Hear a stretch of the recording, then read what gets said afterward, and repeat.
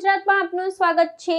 સોમનાથ અને હરિદ્વાર સુપ્રસિદ્ધ તીર્થધામને જોડતી ટ્રેનને કાયમી ધોરણે ચલાવવા કરાઈ માંગ। Saurashtra passenger association joint secretary તથા વેરાવળ રેલવે કન્સલ્ટ કમિટી સભ્ય મુકેશભાઈ ચોલેરાએ રેલવે મંત્રાલય સમક્ષ વેરાવળ હરિદ્વાર વિશેષ ટ્રેનને કાયમી ધોરણે નિયમિત સેવા તરીકે ચાલુ કરવા રેલ મંત્રાલય સમક્ષ અરજ અહેવાલ અને રૂબરૂ માંગણી કરી છે। હાલ આ ટ્રેન માત્ર 1 માસ માટે વિકલી કાર્યરત કરાઈ છે। મુકેશ ચોલેરાએ જણાવ્યું કે આ ટ્રેન માર્ગ સોમનાથ, સારંગપુર, મોઢેરા, અજમેર, ખાટુ શ્યામ અને હરિદ્વાર જેવા મુખ્ય ધાર્મિક અને વ્યાપારી મથકો સુધી સીધી મુસાફરીની સુવિધા પણ ઉપલબ્ધ કરાવી છે।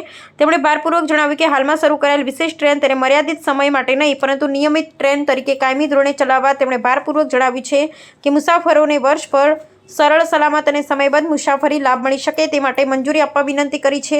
જો આ ટ્રેન કાયમી કરાય તો ધાર્મિક પર્યટનને નવી ગતિ મળશે। આ પત્રની નકલ તેમણે રેલવે મંત્રાલયને ઉપરાંત સાંસદો અને વિવિધ પદાધિકારીઓને પણ જાણ તથા યોગ્ય ઘટતું કરવા મોકલી છે। સોલાર રેલવે કન્સલ્ટ કમિટીના બ્રાન્ડ મેમ્બરો સાથે હરિદ્વાર માટે અમે છેલ્લા 15 વર્ષથી અમારી જૂની રજૂઆત છે એ રજૂઆતની માંગણીને લઈને અમને 1 મહિના માટે 4 માસ માટે જે અમને ટ્રેન ફાળવી છે તેમાં ખાસ કરીને મહત્ત્વનો ફાળો સોશિયલ મીડિયા, પ્રેસ મીડિયા અને ઇલેક્ટ્રોનિક મીડિયાનો બહુ મહત્ત્વનો ફાળો છે।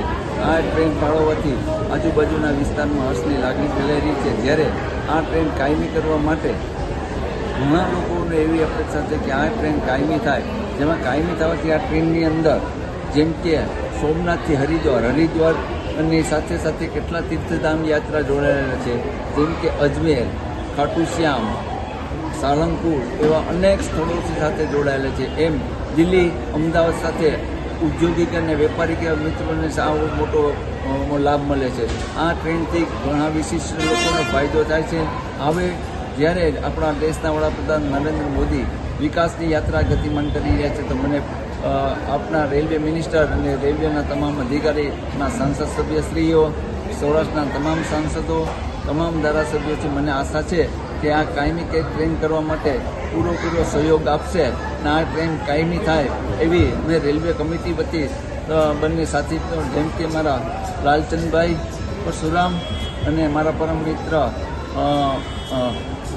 ગજેન્દ્ર બાપુ અપરનાથી એવા સાથી રેલવેના કમિટીના તમામ સદસ્યો, ડીઆરસીસી મેમ્બર અનીશભાઈ રાજ એવા તમામ લોકોની સાથે મળી ને આ ટ્રેન કાયમી કરવા માટે હું તમામ હોદ્દેદારો, પદાધિકારીઓ, રેલવે બોર્ડ ને રેલવે સ્ટેશનના તમામ સદસ્યોને હું ખૂબ અપેક્ષા રાખું છું એવી આશા સાથે વિનંતી કરું છું। જય સોમનાથ, વંદે માતરમ।